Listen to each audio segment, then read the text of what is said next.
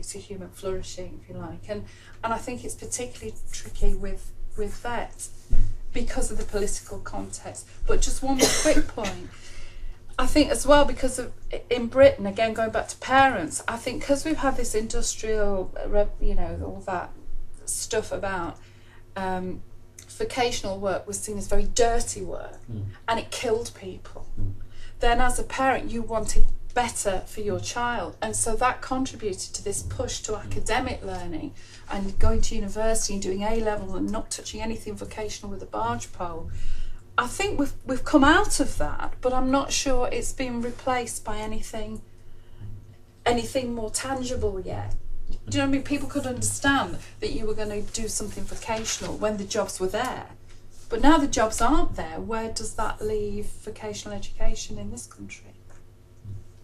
I think certainly, the way that, and Monica can come in, and it's, there was an intention to, in your capabilities, which I'm using, it senses a kind of, this is a method one might use.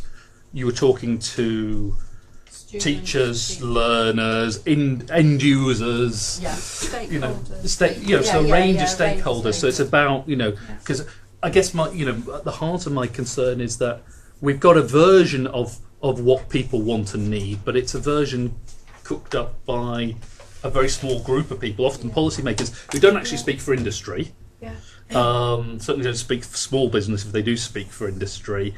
Don't speak for learners, for communities, for parents, and some kind of way of trying to get out what people want and value seems vital, because I think what is going on is that people are forced to pay lip service to things that they don't believe in, and that they're smiling but it's not reaching their eyes and it's not reaching their hearts, and they're not doing the job in a way that works. Listen. Just a comment, and maybe just some background. I'm South African, and my work for the last maybe 2 decades has been on the South African further education training system, which is a kind of VET system. And I think this work is really important, the work that Simon's doing. And even though we might not all agree on the answers that he's putting forward, I think the questions that he's raising is critical.